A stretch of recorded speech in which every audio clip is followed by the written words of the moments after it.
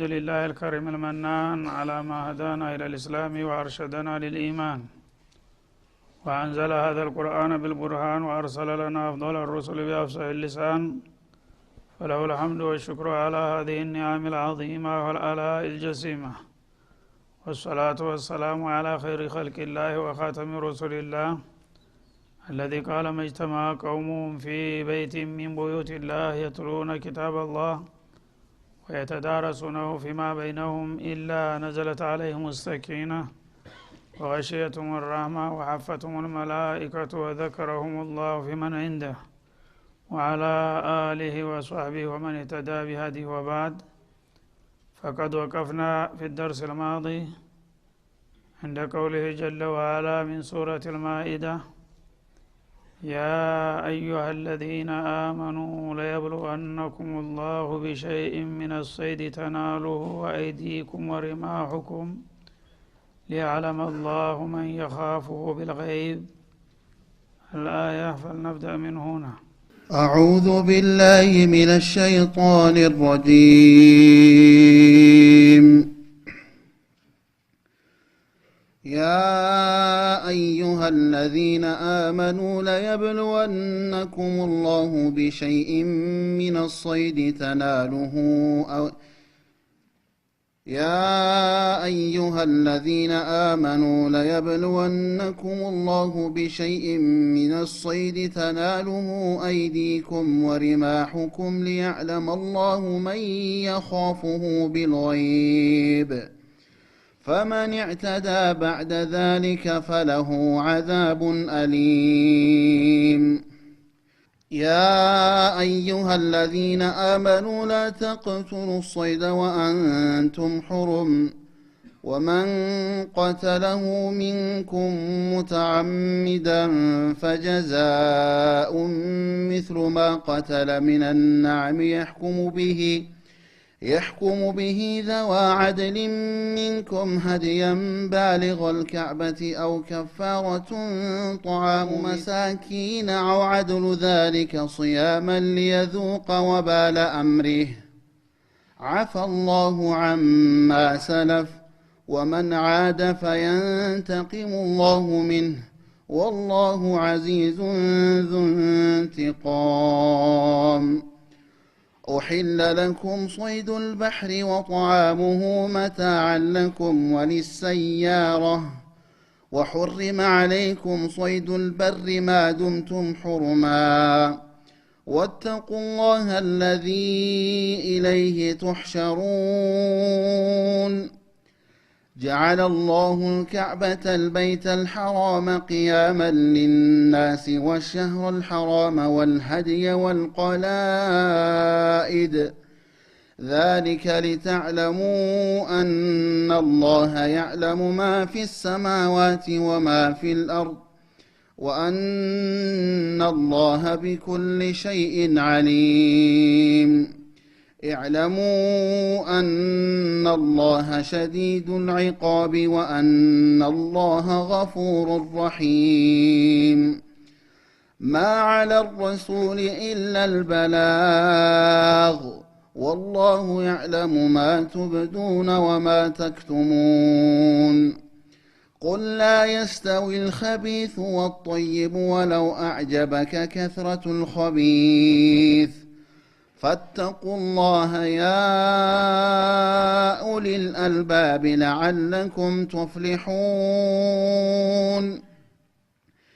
يا أيها الذين آمنوا لا تسألوا عن أشياء إن تبد لكم تسؤكم، وإن تسألوا عنها حين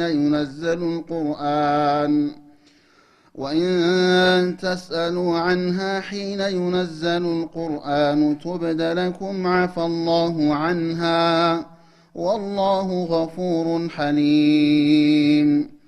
قد سألها قوم من قبلكم ثم أصبحوا بها كافرين. ما جعل الله من بحيرة ولا سائبة ولا وصيلة ولا حام، ولكن الذين كفروا يفترون على الله الكذب وأكثرهم لا يعقلون وإذا قيل لهم تعالوا إلى ما أنزل الله وإلى الرسول قالوا حسبنا ما وجدنا عليه آباءنا أولو كان آباؤهم لا يعلمون شيئا ولا يهتدون يا أيها الذين آمنوا عليكم أنفسكم لا يضركم من ضل إذا اهتديتم إلى الله مرجعكم جميعا فينبئكم بما كنتم تعملون يا أيها الذين آمنوا شهادة بينكم إذا حضر أحدكم الموت حين الوصية اثنان ذوى عدل منكم أو آخران من غيركم إن أنتم ضربتم في الأرض فأصابتكم مصيبة الموت تحبسونهما من بعد الصلاة فيقسمان بالله إن ارتبتم لا نشتري به ثمنا ولو كان ذا قربى ولا نكتم شهادة الله إنا إذا لمن الآثمين فإن عثر على أنهما استحقا إثما فآخران يقومان مقامهما من الذين استحق عليهم الأوليان فيقسمان بالله لشهادتنا أحق من شهادتهما وما اعتدينا إنا إذا لمن الظالمين ذلك أدنى أن يأتوا بالشهادة على وجهها أو يخافوا أن ترد أيمان بعد أيمانهم واتقوا الله واسمعوا والله لا يهدي القوم الفاسقين أعوذ بالله السميع العليم من الشيطان الرجيم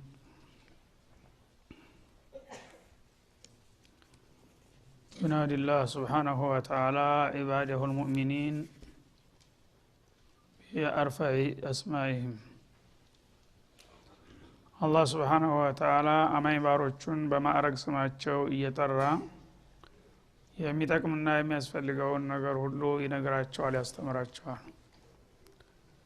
ያ አዩሃ الذين آمنوا እናንተ በኔ በጌታችሁና በላኩላችሁ መልእክተኛ ያመናችሁ በሰጠኋችሁ መመሪያ ለመመራት ፈቃደኞች ሆናችሁ ሆይ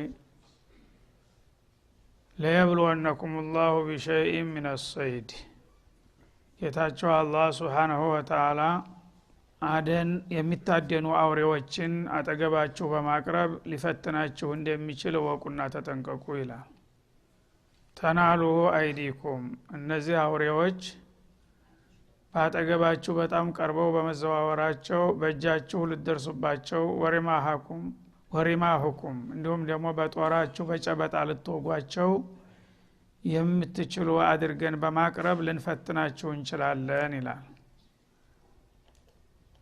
ለምንድነው እንደዚህ የሚያረጋው ሊያዕለም الله من يخافه بالغيب علم ظهور አላህ እሱን ሳያውትና ሳይሰሙት በሐዋሳቸው ሳይደርሱበት በሩቅ የሚፈሩትንና የሚያከብሩትን ለማወቅ ፈልጎ ነው ይሄን ፈተና ያመጣው ይላል አላህ ማንንም ሰው ሳይፈትን ማንነቱን ያውቃል ግን ሰዎችን በተግባር ይፈትናቸዋል ማለት ነው በተግባር ከፈተናቸው በኋላ እሱ እንደሚፈልገው ሆነው ተተገኙ ፈተና አለፉ ማለት ነው ግን ፈተና ሳይሰጣቸው በፈትነህም ባልፈትነህም ውጤት ምን እንደሚሆን አቃለሁኝ ብሎ ቢተውህ ነገ በስራ ውጤት ስትጠየቅ ለምንድነው ይሄ ነገር የተጻፈብኝ ስትል የመከራከሪያ ነጥብ ይኖርሃል ማለት ነው። አይ አንተ እንደዚህ የበፈተፈተንም እንደማትወጣው አውቄ እንደዚህ ጻፉ ካለ መቼ ተፈትኜ በተግባር የተረጋገጠና ይላል ማለት ነው። ስለዚህ እኔ በውስጥ ማቀውን በተግባር በገሃድ እንዲታወቅ እና የፈተና ውጤት ይፋ እንዲሆን በመፈለግ ፈትናለሁኝ እንጂ ፈተና ሳይፈተንም ውጤቱን ያውቃል እሱ ማለት ነው።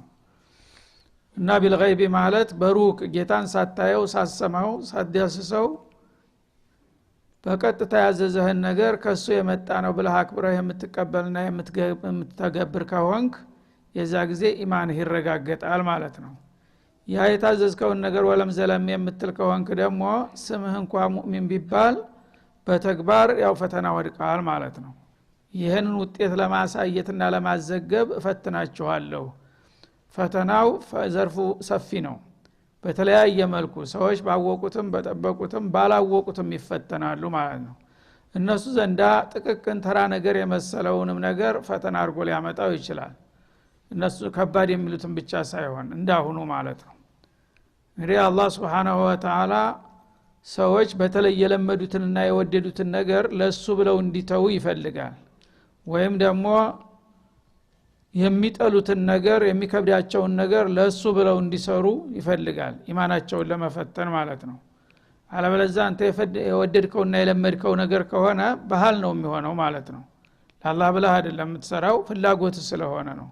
ሁሉ ጊዜ ሰዎች ራሳቸውን ሲቋቋሙና ፍላጎታቸውን ሲያቸንፉ ነው የአላህ ታዛዥ መሆናቸው የሚረጋገጠው ማለት ነው። ስለዚህ አረቦች በጃሂልያ ጊዜ እስላም በፊት ያው ኑሯቸው በጣም ደካማ ነው። እንደምታውቁት ሀገሩ ምንም ነገር የሚያበቅል አይደለም። ዝናቡም የለም። ቢዘንብም ራሱ አሸዋ ስለሆነ የሚያበቅለው ነገር የለም። ያለ የሌለ የገቢ ምንጫቸው ከእንስሳት ያው ግመሎች ናቸው የሚኖሩት ማለት ነው። እዛ ተምር ነው። ከዚህ ውጭ ምንም ነገር ለህይወት የሚጠቅም ነገር የለም ነበር በዚች ሀገር ማለት ነው። ዛሬ አላህ እንደዚህ ሊያንበሻብሸው። በዛ ጊዜ በተጨማሪ እንግዲህ አውሬዎች ይኖሩ ነበር። የሰው ብዛት የለም እንዳሁኑ። የተለያዩ ጫካዎች ነበሩ እና ሜዳዎች ተራራዎች አሉ። በዛ በርካታ የአውሬ አይነቶች ይገኛሉ። እነዛን አውሬዎች እለት በእለት እያደኑ ነበረ መደጎሚያ የሚያደርጉት ለኑሯቸው ማለት ነው። ስለዚህ አውሬ ማደን በአረቡ ዓለም ላይ እንደ ትልቅ ጀብዱ የሚቆጠርና እንዳውም በዚህ የታወቁና የተደነቁ የተወደሱ ሰዎች አሉ ማለት ነው በአደን ችሎታቸው። ይህንን እንግዲህ በጣም የወደዱትና የለመዱትን ባህላቸው የሆነውን ነገር እስቲ ለኔ ብላችሁ ተውት በተወሰነ ጊዜ ብሎ ፈተና ያመጣል ማለት ነው። እና ዝም ብሎ በሁል ጊዜ ሳይሆን ግን በተወሰነ ሙናሰባ ማለት ነው። ሐጅ ወይም ዑምራ ኢህራም አድርገው በሚሄዱ ጊዜ ወይም ደግሞ ኢህራም ባይኖርባቸውም በሐረም አካባቢ ሐረም ክልል ውስጥ ተገቡ በኋላ አውሬ ማደን እንደማይፈቀድላቸው አዘዛቸው ማለት ነው።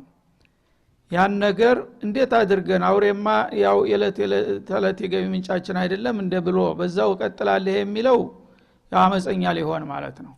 አይ ጌታ ተከለከለማ ምን አደርጋለሁኝ ምንም ብፈልግና ቢቸግረኝም ይቅርብኝ የሚለውም ደግሞ ፈተናውን ሊያልፍ ማለት ነው።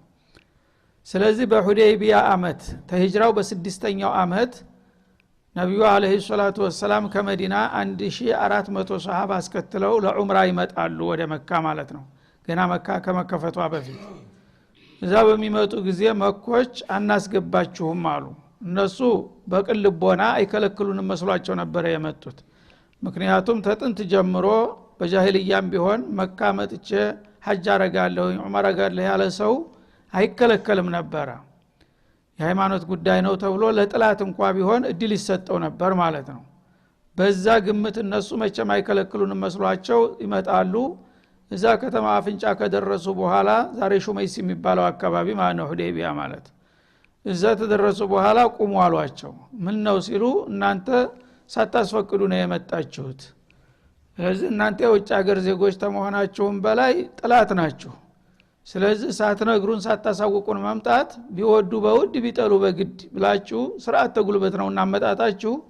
እኛ ደግሞ ዝም ብለን አናስገባችሁም። ዝም ብለን አስገባናችሁ ማለት ፈርተው ለቀቁላቸው ልንባል ነው። ክብራችን ይነካል። እና ብትፈልጉ ቀደም ብላችሁ ማሳወቅ ነበረባችሁ ዝም ብላችሁ እስከመጣችሁ ድረስ ደግሞ አይፈቀድላችሁም ተመለሱ የሚል ነገር ተቃውሞ አጋጠማቸው ማለት ነው ያኔ ያው ድርድር ለማድረግ ተገደዱ እኛ አትከለክሉንም መስሎን ነበረ ምንም እኛ ለጦርነት አልመጣንም ይሄው የምታውት ነው ኢህራም ለብሰናል እና የጦርነት ምልክት የለብንም ቢሉ በምንም አይነት አይፈቀድላችሁም አሉ ማለት ነው ያኔ እንደገና ያው ሽማግሌዎችን እየላኩ በመደራደር ላይ ያሉ ሌላ ፈተና ስንቃቸው ማለቀ ያው ፕሮግራማቸው ተቃወሰ ማለት ነው ችግር ላይ ወደቁ እና በዚህ ሁኔታ ላይ ያሉ የዱር አውሬዎች ደግሞ መጣው ልክ እንደ ሰፈር በጎች በእነሱ መካከል ተቀላቀሉ እና በእጃቸው መንካት ስለሚችሉ ድረስ በዛ ሰዓት እነዚህን አውሬዎች እንዲያትነኩ የሚል ወህይ ደግሞ ወረደ ማለት ነው ሰው ኢማኑ እንግዲህ እንዴት እንደሚጠብቅ አውሬ ሰውን ሲያይ ከሩቅ ይሸሻል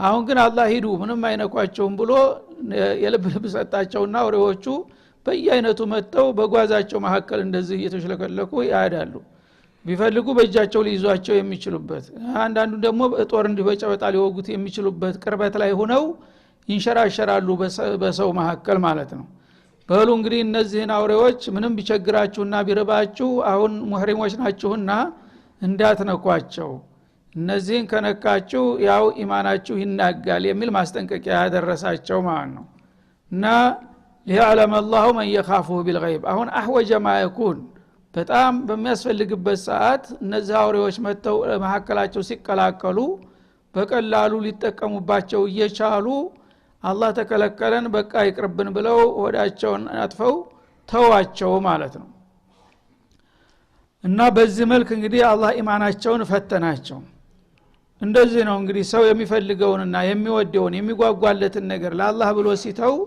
ያነ ነው ኢማኑ ከአላህ ዘንድ ዋጋ የሚያወጣው ማለት ነው አለበዛ ከፍላጎታችንና ከጥቅማችን ጋር ዲናችን ሲጋጭ ግዚያዊና ግላዊ ጥቅማችን እናስቀድማለን ከተባለ ያን ጊዜ ኢማናችን ከአላህ ጋር ያለው ቀርቶ ከጥቅም ጋር ይሆናል ማለት ነው ስለዚህ ሰዎች መስዋዕት መክፈል አለባቸው የሚወዱትን ነገር ለአላህ ብለው መተው አለባቸው የሚከብዳቸውን ነገር ደግሞ ለአላህ ብለው መስራት አለባቸው ማለት ነው ኢኽላስን ለማሳየት ነው ተናሉ አይዲኩም ወሪማሁኩም እጆቻችሁና ጦሮቻችሁ በቀላሉ ብትዘረጓቸው ወይም ብትበረጉሯቸው ልትወጉና ልትጨብጧቸው እየቻላችሁ እንዲያትነኩ ብዬ በመከልከሌ ይሄንን የተከለከለውን ነገር በማክበር ኢማናችሁ ይፈተናል فمن اعتدى بعد ذلك منكم ይህ ማስጠንቀቂያና ማስታወቂያ ከተነገራችሁ በኋላ እኔ እንደዚህ የራበኝ የቸገረኝ ስንቃልቆብኝ እንዴት አትብላ ይለኛል ብሎ በእነዚህ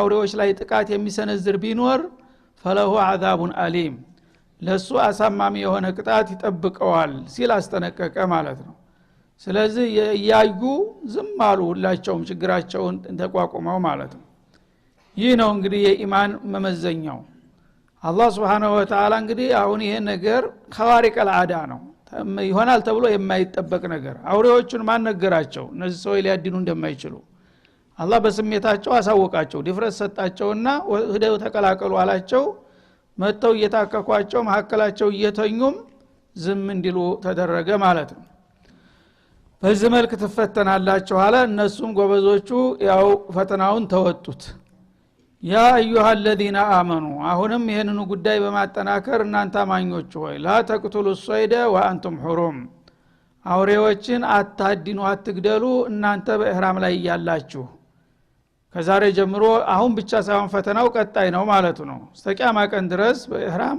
ላይ ያለ ሰው ለሐጅም ሆነ ዑምራ ኢህራም ያለበት ሰው ኢህራሙን እስተሚፈታ ማድን አይፈቀድም እንዲሁም ደግሞ ኢህራምን ባይኖርብህ በሐረም ክልል ከገባህ በኋላ ማንኛውም ሰው የመካ ነዋሪም ቢሆን ማድን አይፈቀድለትም ተሐረም ክልል ታልወጣ በስተቀር ማለት ነው እና ላ ተቅቱሉ الصيد አውሬዎችን አትግደሉ ወአንቱም ሁሩሙን ማለት ሙህሪሙን ኢህራም እያለባችሁ የሐጅ ስራ ውስጥ ገብታችሁ ወይም ዑምራ ስራ ውስጥ ገብታችሁ ሳታጠናቅቁ በስተፊት አውሬ ቢያጋጥማችሁ ማደን አይፈቀድላችሁም ومن قتله منكم متعمدا ከዚህ ማስጠንቀቂያ በኋላ አውሬውን ሲታወቀው የገደለ ሰው فجزاء مثل ما قتل من النعم ያ የገደለውን የዱር አውሬ አይነት እሱን የሚመጥን ከቤት እንስሳ መክፈል ይጠበቅበታል ይላል። እንግዲህ ኢህራም እያለብህ ወይም ዳኺል الحرم አውሬ ከገደልክ መቀጫው ምንድነው የሚሆነው? የገደልከው አውሬ ምን ይመስላል ከቤት እንስሳ ተብሎ ይገመታል ማለት ነው። ግመል የሚመስል ከሆነ ግመል ትከፍላለህ። የቀንድ ከብት በሬ የሚመስል ከሆነ በሬ ትከፍላለህ። በግ ፍየልም ከሆነ ያን የሚያክለውን ትከፍላለህ ማለት ነው።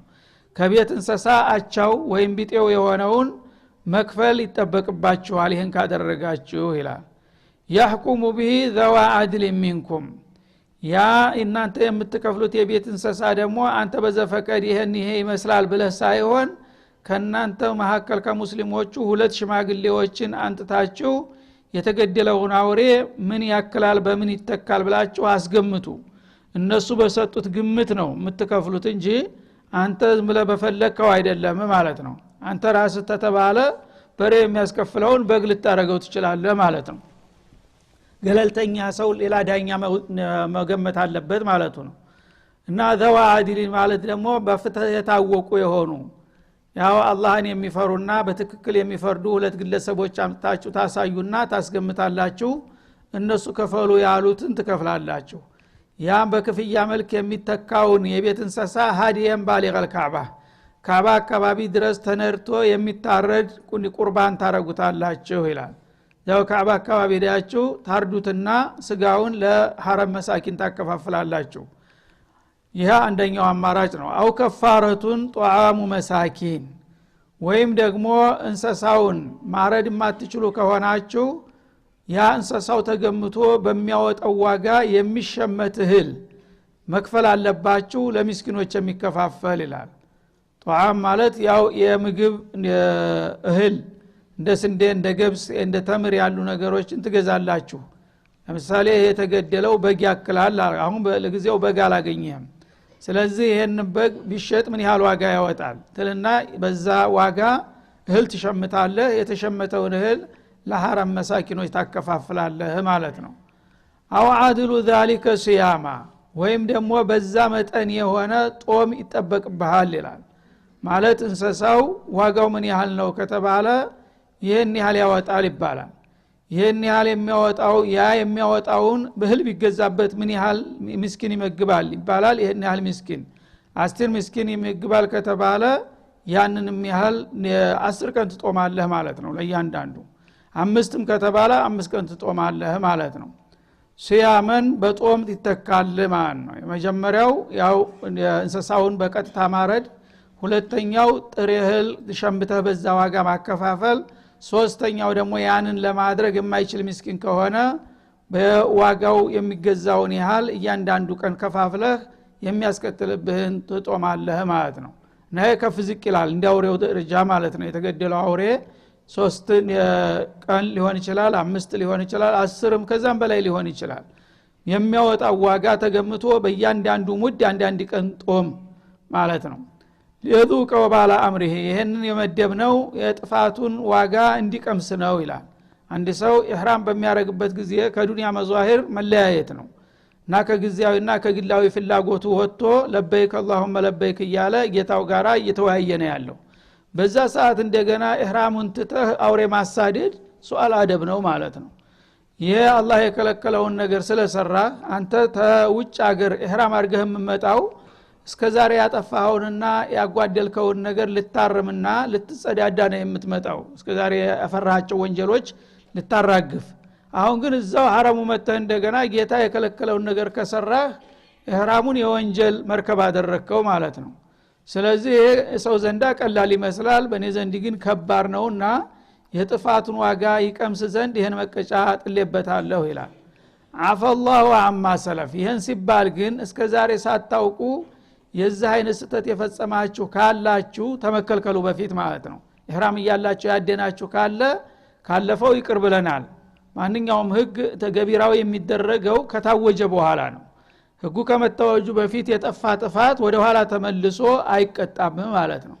እና ባለፈው ይሄን ነገር ሳናቀ የሰራ ነው እንዴት ልንሆን ነው ብላችሁ እንዳትሰጉ ያለፈውን ይቅር ብያለሁ፣ ለወደፊት ግን ይሄ መታወቅና መጠበቅ አለበት ይላል።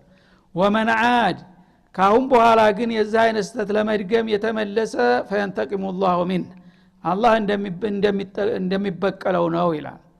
ማንያ በዱንያም ያው ቀደም ሲል እንደተጠቀሰው መቀጫ ተመድቦበታል በዛ በመቀጫው ይጠየቃል ማለት ነው በአኺራም ደግሞ መቀጫውን ካልከፈለ ቅጣት ሊመጣበት እንደሚችል ይወቅና ይጠንቀቅ والله عزيز ذو انتقام አላህ ላጥፊዎችና ላክፊዎች አሸናፊና ተበቃይ የሆነ ጌታ ነው ተፈለገ መማር እንደሚችል መቅጣትም ይችላልና አንተ ጌታ የከለከለውን ነገር ሰርተህ እንዲህ በወዘ የምትለቀቅ እንዳይመስልህ አሸናፊና ተበቃይ የሆነው ጌታ በጥፋትህ ሊጠይቅህ እንደሚችል አውቀህ ከወዲሁ መጠንቀቅ አለብህ ስተቱን ላለመፈጸም ካጋጠመህም ደግሞ ከፋራውን ለመክፈል መሞከር አለብህ ማለቱ ነው ስለዚህ እንግዲህ አላህ Subhanahu Wa Ta'ala በዚህ ደረጃ አላህ የከለከለውን ነገር አውሬ በሌላ ጊዜ እንደፈለክ ማደን ትችል ነበር አሁን ግን በኢህራምና በሐረም አካባቢ በመሆንህ እንደዚህ ጠጣርና ተደራራቢ የሆኑ ማስጠንቀቂያዎችና ዛቻዎችን አስቀመጠ ማለት ነው የሸሪዓ ህግ ምን ያህል ከባድ ምን ያህል ጥንቃቄ የሚያስፈልገው መሆኑን ያሳያል በንዑስ ደረጃ እንኳን ማለት ነው ችን ነገር የጣሰ ሰው والله عزيز ذو انتقام እያለ የዛተበት ነው በአጠቃላይ ካሚለ ሸሪዓን ኢልጋ ያደረገ ሰውስ ምን ይባላል የሸሪዓ ህግ አንፈልግም የሚለው ሙስሊም ነኝ እያለ በምን አይነት ቃል ነው ዛቻው ሊገለጥ የሚችለው አንዲት አውሬ ወይም አንዲት የሆነች ወፍ እንኳን ተገደልክ والله عزيز انتقام ይላል አላህ ህግ ተጥሷልና እያለ ነው ግን ሰዎች አላህ ሐራም ያረጋውን ሐላል ያረጋውን ሐራም አድርገው ታላህ ይልቁንስኛ እንሻላችኋለን የሚሉትን የሚቀበልና የሚከተል ካለ ያ ሰው በምን ደረጃ ነው ሊነገርና ሊገለጥ የሚችለው ማለትን መገመት አያዳግትም ማለት ነው እና በተደጋጋሚ እንግዲህ ታውን ቀደም ለማስገንዘብ እንደሞከርኩት በሸሪዓ ህግ በኩል ብንችል አላህ Subhanahu Wa Ta'ala ቢወፍቀን ኑሮ ተጥቢቅ ለማድረግ መሞከር ነው ቢያንስ ግን ተቃዋሚ መሆን አይጠበቅብንም በስሜት እንኳን ደረጃ ቢሆን ቢሻልንማ ኑሮ ጥሩ ነበር በአሁኑ ጊዜ ግን ሙስሊም ነን የሚሉ ሰዎች እንደ ሌሎቹ ጋር አብረው ያጨበጨቡ ነው እኛ እንደዚህ ነገር አንፈልግም አናስብም ይላሉ እንዴት አትፈልግም ሙስሊም ሆነ ሲያበቃ ምን ልኮን ነው ታዲያ የምትፈልገው እና በጣም ጥንቃቄ ያስፈልገናል ወሰለላሁ ዐለ ነብይ ወኢላሂ